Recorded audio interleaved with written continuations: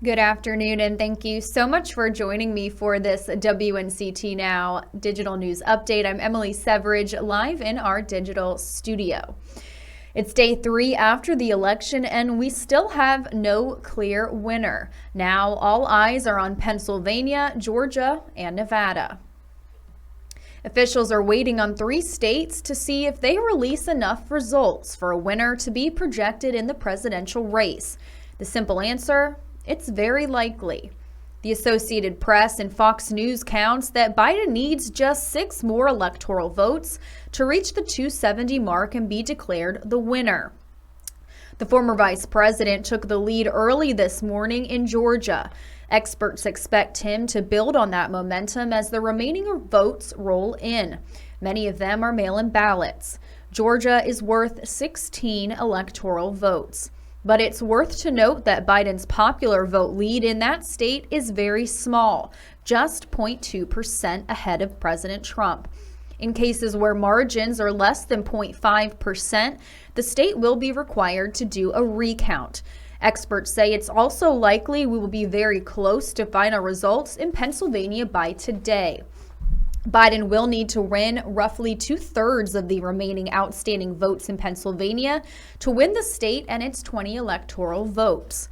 We've seen thousands of numbers released from Nevada this morning, where Biden currently holds a slim lead, but it's still too early a call to make. You can stay with WNCT, your local election headquarters, for all the latest on this election.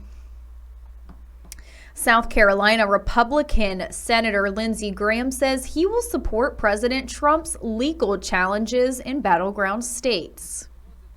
Graham says he will stand with President Trump in his legal battles in states important to the election. Graham won was expected to be a close race against a well-funded Democratic challenger in his own state's election. The senator plans to donate $500,000 to the president's legal effort, saying it has the resources to challenge votes. President Trump's campaign is already filing a series of lawsuits, battleground states where Biden is ahead. Many of those suits have already been dismissed for a lack of evidence. Stay with us, and we'll be right back with some more news after this short break.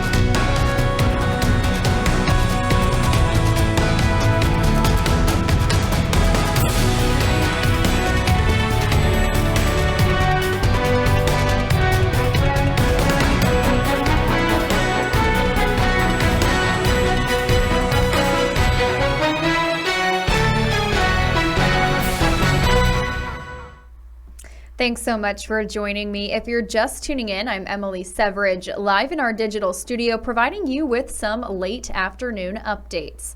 WNCT is bringing you live streamed updates every Monday through Friday at 1:30 p.m. and 4 o'clock p.m. to bring you the latest and up-to-date news before our nightly newscast. Joe Biden's campaign says the former vice president will give a speech to the nation tonight. Biden will make remarks during prime time tonight, according to campaign officials. He's on the cusp of winning with narrow leads over President Trump in states like Pennsylvania and Georgia. The stage is already in place at Joe Biden's hometown convention center in Wilmington, Delaware. Campaign staffers have held their hotel rooms and are waiting for a victory party once a winner is declared. No official time has been set for Biden's national address, but you can stay with WNCT for the former vice president's speech later tonight. Moving away from election news, East Carolina University has renamed 2 of its campus buildings in honor of former chancellors. During a ceremony Thursday at the main campus student center, ECU officials announced the renaming of 2 buildings. The Student Recreation Center is now the Richard R. and Joan Joanne M. Eakin Student Recreation Center, named after Chancellor Richard Eakin. Gateway Residence Hall is now named the Steve and Nancy Ballard Hall, after Chancellor Steve Ballard. Both Ballard and Eakin's namesake buildings are significant to their time at the university, where they served for 12 and 14 years respectively. Ballard became ECU's 6th Chancellor and 10th Administrative Officer in 2004. As Chancellor, he established the School of Dental Medicine and the Honors College, and secured funding for the new main campus Student Center and Gateway Hall. Eakin was ECU's 4th Chancellor and 8th Chief Administrative Officer. Eakin oversaw the major expansion of Joyner Library and the university's reclassification as a doctoral degree granting institution.